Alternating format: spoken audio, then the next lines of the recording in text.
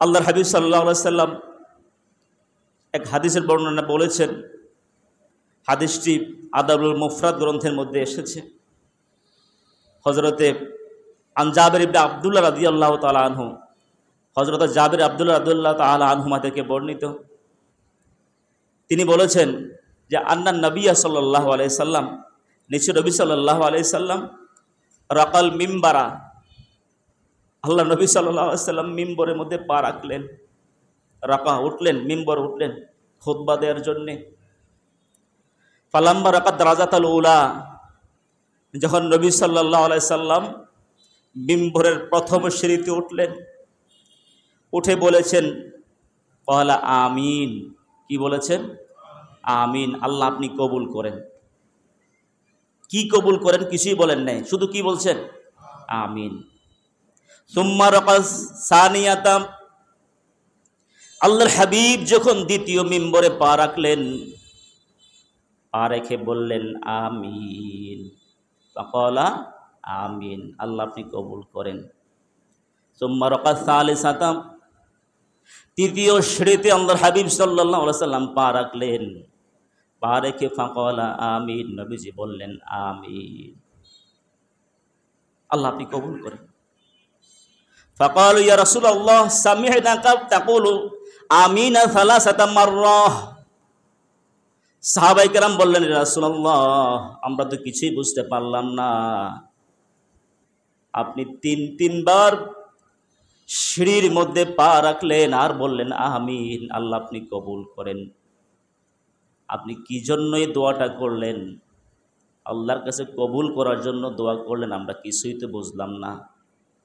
ক্বালা লাম্মা রাকাইতু দারাজাতাল উলা, আল্লাহর হাবিব সাল্লাল্লাহু আলাইহি সাল্লাম বললেন, আমি যখন মিম্বরের প্রথম সিঁড়িতে পা রাখলাম, প্রথম সিঁড়িতে উঠলাম, ওঠার পরে যা জিবরাইল, হযরত জিবরাইল আলাইহিস সালাম আমার কাছে আসলেন, এসে ফাকালা শাকিয়া আব্দুল, জিবরাইল এসে বললেন দুর্ভোগ ওই বান্দার জন্য, ধ্বংস ওই বান্দার জন্য, ধ্বংস হয়ে যাক, দুনিয়া আখিরাত বরবাদ হয়ে যাক। আদ্রাকা রমাদানা ফানসালাখা মিনহুম, আল্লাহর যে বান্দা রমজান মাস পেল, রমজান মুবারক পেল, ফানসালাখা মিনহু, এই রমজান মাস তার থেকে চলে গেল, বিদায় হয়ে গেল, ওয়ালাম ইউগফার লাহু, সে তার জীবনের গুনাহগুলো মুক্ত করতে পারল না। রোজা পাওয়ার পরেও রোজাগুলো আদায় করে গুনাহ মুক্ত করতে পারল না, নামাজগুলো জামাতে পড়ে কোরআন তেলাওয়াত করে আল্লাহর কাছে কেঁদে চোখের পানি ফেলে ইবাদত করে গুনাহগুলো মুক্ত করতে পারল না, দান সদকা করে যাকাত আদায় করে ভালো কাজ করে কোরআনের খেদমত করে সে নিজের গুনাহগুলো মুক্ত করতে পারল না। এই বরকতপূর্ণ মাস আল্লাহ দিয়েছেন গুনাহ মুক্তের জন্য, কিন্তু সে নিজের উপরে গুনাহ মুক্ত করতে পারল না। রমজান চলে গেল, গুনাহ মুক্ত হলো না তার জীবনের। জিবরাইল আমিন বলছেন শাকি আব্দুল, ওই বান্দা আল্লাহর সেই গোলাম ধ্বংস, দুর্ভোগ ধ্বংস। নবীজি বলছেন ফাকুলতু আমিন, আমি বলছি আমিন, ধ্বংস হয়ে যাক, আল্লাহ ধ্বংস করে দেন। দোয়াটা করছে গে সাইয়্যিদুল মালায়েকা, ফেরেশতাদের সরদার, দোয়াটা করেছেন। যা রমজান মুবারক পেয়ে রমজানের সম্মান দিল না, রমজানের রোজা রাখলো না, রমজানেও সে জুয়ার আড্ডায় বসেছে, রমজানও তাসের আড্ডায় বসে, রমজানেও মানুষের বিরুদ্ধে মিথ্যা অপবাদ দিয়েছে, রমজানেও মিথ্যা বলেছে, রমজানেও ঘুষ খেয়েছে, রমজানেও দিনের বেলা হোটেল খোলা রেখে মানুষকে খাওয়াইছে, রমজানেও ব্যভিচার করেছে, রমজানেও দুশ্চরিত্র তার জীবনের তার চরিত্র পরিবর্তন করে নাই, সে ধ্বংস হয়ে যাক, ধ্বংস হয়ে যাক। নবীজি বলছেন আমিন, আল্লাহ তাকে ধ্বংস করে দেন, আল্লাহ তাকে ধ্বংস করে দেন। ধ্বংস করার কথা বলছেন সাইয়্যিদুল মুরসালিন, সকল নবীদের সরদার বিশ্ব নবী মুহাম্মদ সাল্লাল্লাহু আলাইহি সাল্লাম, যার চাইতে শ্রেষ্ঠ মর্যাদার পৃথিবীতে কেউ হতে, দুনিয়া আখিরাতে কেউ হতে পারে না, আল্লাহ তাকে সম্মানিত করেছেন। ওই নবী বলেছেন ধ্বংস করে দেন আল্লাহ। আর বদদোয়াটা করছেন সাইয়্যিদুল মালায়েকা জিবরাইল আলাইহিস সালাম।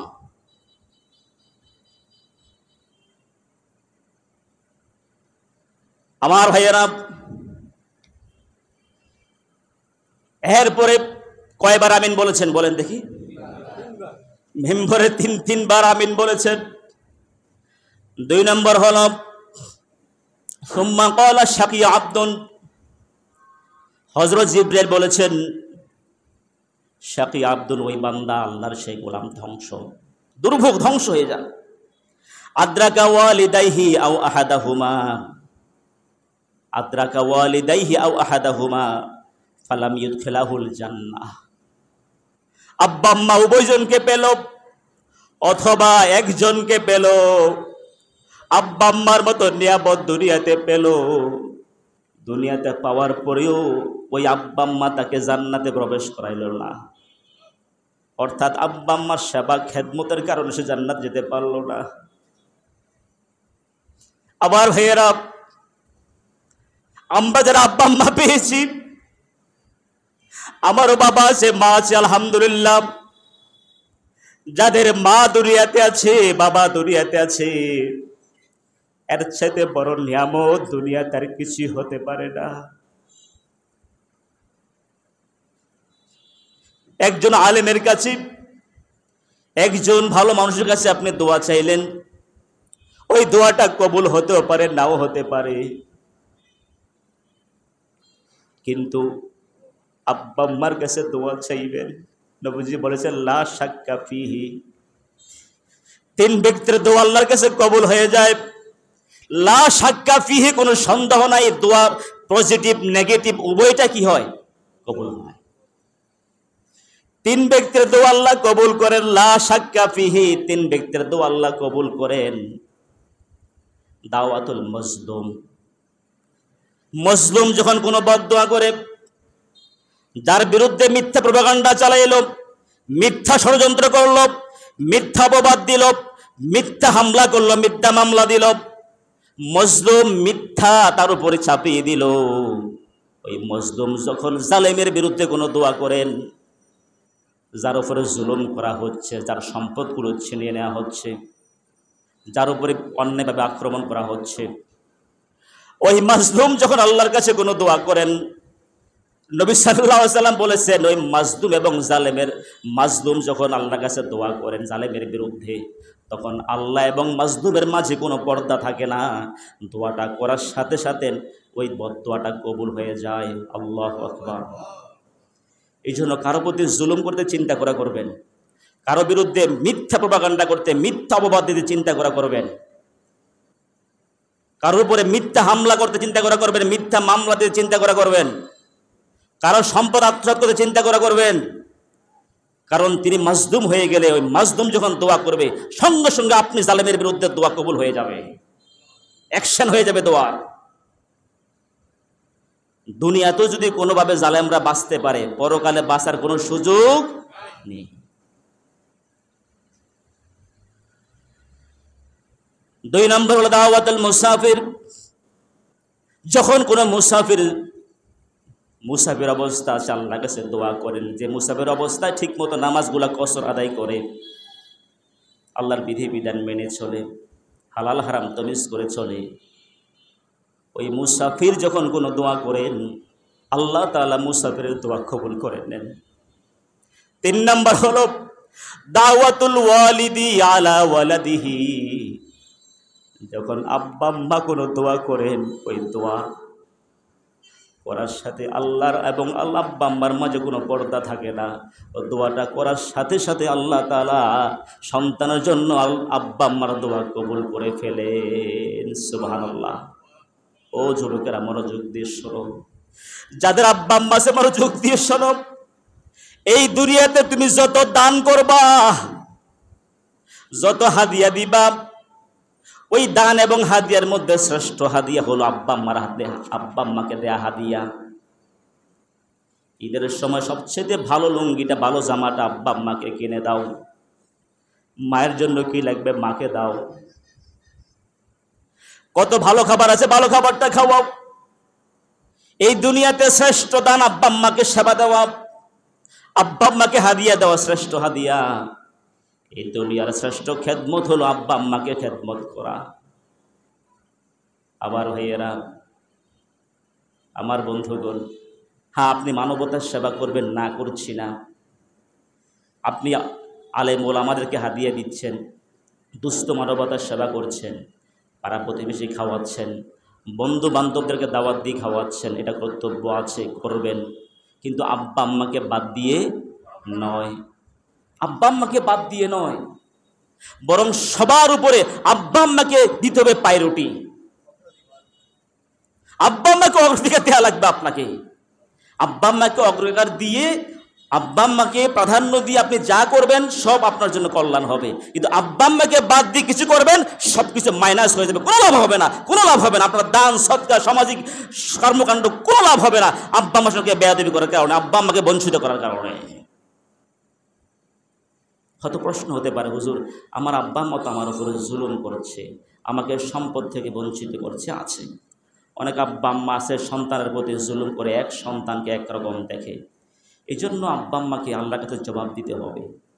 নবী সাল্লাল্লাহু আলাইহি ওয়াসাল্লাম এক হাদিসের মধ্যে বলেছেন, মান কাতা মিরাসাহু কাতা আল্লাহু মিরাসাল জান্নাহ ইয়াউমাল কিয়ামা। যে ব্যক্তি দুনিয়াতে কারো অংশ কেটে দিবে, কোনো পিতা মাতা এক সন্তানকে সম্পদ দিয়ে দিবে, আর সন্তানকে দিল না, ছেলেদেরকে শহরের বাড়িগুলো লিখে দিল, মেয়েদেরকে ওই জলা দিয়ে ঠিকমতো বেচাও হয় না, ফসলও হয় না, ওই দিক দিয়ে মেয়েদেরকে দিয়ে দিছে।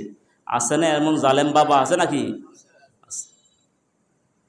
নবীজি বলেছেন যে সমস্ত পিতা মাতাকে এই কাজগুলো করবে, কাতা আল্লাহু মিরাসাল জান্নাতা ইয়াউমাল কিয়ামা, আল্লাহ তাআলা সেই আব্বা আম্মার জান্নাত থেকে যে সন্তানকে বঞ্চিত করলো, অথবা যে কোনো ব্যক্তি তার ভাইকে বঞ্চিত করলো, বোনকে বঞ্চিত করলো। অনেক ভাই আছে বোনদেরকে বঞ্চিত করে, ভাই আছে চতুর, আর ছোট ভাইগুলাকে বা যে ভাইগুলো একটু বুঝ শক্তি কম তাদেরকে বঞ্চিত করে। এমন জালেম ভাই সমাজে আছে নাকি?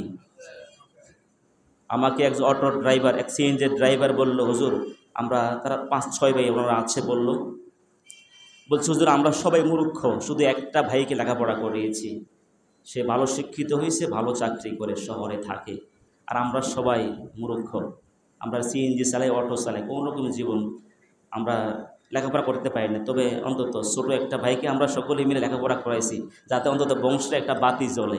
আলহামদুলিল্লাহ বলেন না? তাকে জ্ঞানের আলো দিয়েছে। আমি কি আলহামদুলিল্লাহ? তা আমি যখন আলহামদুলিল্লাহ বলছি, হুজুর এটা আলহামদুলিল্লাহ পরে বললেন। আমি কারণ কি, ওই যে ভাইটাকে শিক্ষিত বানাইছে, অফিস আদালত বুঝে, সে একদিন বাবাকে শহরে নিয়া, এরপরে রেজিস্ট্রি অফিসে গিয়া রাস্তার পাশের ভালো ভালো জায়গাগুলো তার নামে সব লেখাই নিছে। আলহামদুলিল্লাহ বলছেন আপনারা? কি বলছেন? নাউজুবিল্লাহ মুখ দিয়ে আসে না, জোরে করেন না নাউজুবিল্লাহ। অন্যায় কাজের নাউজুবিল্লাহ বলবেন না, নাকি আলহামদুলিল্লাহ বলবেন? তা আমি তো প্রথমে ওর ভাইয়ের প্রশংসা বুঝে আলহামদুলিল্লাহ বলে ফেলছি, হুজুর আলহামদুলিল্লাহ পরে বললেন। এমন জালেম সমাজে কি আছে নাকি নাই? বহু আছে, বহু আছে।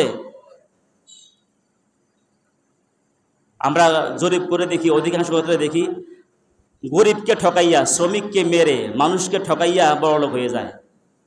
দেশের বাইরে গেছে, কোম্পানির মালিক বিশ্বাস করে তাকে দায়িত্ব দিয়েছে, সব মেরে দেশে আইসা বড় হাজি সাহেব হিসাবে আসছে, বাস হজ করে আসছে, মসজিদ মাদ্রাসা বানাচ্ছে, দান সত্তা করছে।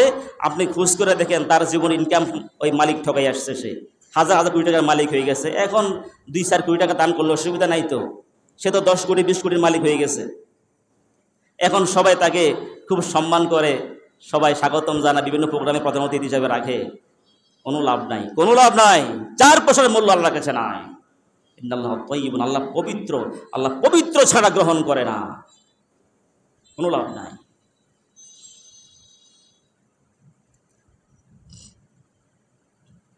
তিন ব্যক্তির তো আল্লাহ সঙ্গে সঙ্গে কবুল করেন, পজিটিভ নেগেটিভ। বদদোয়া করলেও কবুল হবে, নেক দোয়া করলেও কবুল হবে। প্রথম কার কথা বলছি? জালেমের বিরুদ্ধে যখন কোনো মাজলুম আল্লাহর কাছে ফরিয়াদ করে, ওই মাজলুমের দোয়া আল্লাহর সাথে সঙ্গে সঙ্গে কবুল হয়ে যায়। মুসাফির যখন সফর অবস্থা আল্লাহর কাছে দোয়া করেন, আল্লাহ দোয়া কবুল করে ফেলেন। আর আব্বা আম্মা যখন সন্তানের জন্য দোয়া করেন, এটা নেক দোয়া হলেও কবুল হবে, বদদোয়া হলেও কবুল হবে। এই জন্য প্রিয় ভাইয়েরা, আব্বা আম্মা আমার জন্য জান্নাতের একটা সিঁড়ি। বাবা একটা সিঁড়ি, মা একটা সিঁড়ি। সুবহানাল্লাহ বলবেন না? যে সিঁড়ি আমাকে জান্নাতে নিয়ে যাবে। আর এই একই সিঁড়ি যদি আমি অন্যায় করি আমাকে জাহান্নামে নিয়ে যাবে। সাকাতুল্লাহ সাকাতুল ওয়ালিদাইন, রেদা আল্লাহ রেদাল ওয়ালিদাইন। নবী সাল্লাল্লাহু আলাইহি ওয়াসাল্লাম বলেছেন, আব্বা আম্মার সন্তুষ্টির উপরে আল্লাহর সন্তুষ্টি। রেদাল ওয়ালিদাইন, রেদা আল্লাহ রেদাল ওয়ালিদাইন। আব্বা আম্মার সন্তুষ্টির উপরে আল্লাহর সন্তুষ্টি। আবার আব্বা আম্মার অসন্তুষ্টির উপরে সাকাতুল্লাহ সাকাতুল ওয়ালিদাইন। আব্বা আম্মার অসন্তুষ্টি হলে আল্লাহ অসন্তুষ্টি। এখন যদি আপনার আব্বা আম্মা আপনার হাতে বেয়াদবি করে, ওই যে একটু আগে বললাম, অনেক বাবা মা আছে সন্তানকে দুই রকম দেখে, এক এক রকম দেখে, সম্পদ থেকে বঞ্চিত করে। যদি এমন অন্যায় করে তাহলে আপনাকে শালীন ভাষায় কথা বলতে হবে। আপনার দায়িত্ব হিসেবে আপনি সেবা দিয়ে যাবেন। উনি যদি আপনার মধ্যে জুলুম করে, ওনার জবাব উনি দিবেন কার কাছে? কিন্তু আমি যেন আব্বা আম্মার সঙ্গে বেয়াদবি না করি। হ্যাঁ, যদি কোনো যৌক্তিক কথা বলার থাকে যৌক্তিকভাবে বলবো, চোখ রাঙা করে মাথা জায়গা দিয়ে। ওয়ালা তানহারহুমা, আল্লাহ তাআলা বলেছেন ধমক দিয়ে। মায়ের সাথে বাবার সাথে কথা বলার অধিকার আল্লাহ সন্তানকে দেয় নাই, সন্তানকে দেয় নাই। বলতে হবে বিনয়ের সাথে, সুন্দর ভাষায়। হ্যাঁ, আব্বা আম্মা শয়তানের ফেঁসে পড়ে খারাপ মানুষের বুদ্ধি শুনে অন্যায় কাজ করে ফেলেছে। অন্যায় কাজ করলেও আমার তো বাবা, আমার তো মা, আমি ওনাকে মাবাকে যৌক্তিকভাবে সুন্দর ভাষায় বুঝিয়ে দেব। অন্যায় করলেও অন্যায়টা আমি যৌক্তিকভাবে বুঝিয়ে দেব, ধমক দিয়ে বলতে পারবো না। আর এখন তো ইদানিং দেখতেছি বহু সন্তান এত আব্বা মা মারা যাচ্ছে, দেখছেন তো? কয়েকদিন দেখছি বাবা মাকে ফিটিয়ে সন্তান মেরে ফেলেছে। অহরহ ঘটনা ঘটতেছে। আল্লাহ হেদায়েত দান করুক, আমিন বলি। নবী সাল্লাল্লাহু আলাইহি সাল্লাম কয়বার আমিন বলেছেন? সিঁড়িতে তিনবার আমিন বলেছেন। আল্লাহর হাবিব সাল্লাল্লাহু আলাইহি সাল্লাম সুম্মা ক্বালা শাকিয়া আব্দুন আদরাকা ওয়ালিদাইহি আও আহাদাহুমা।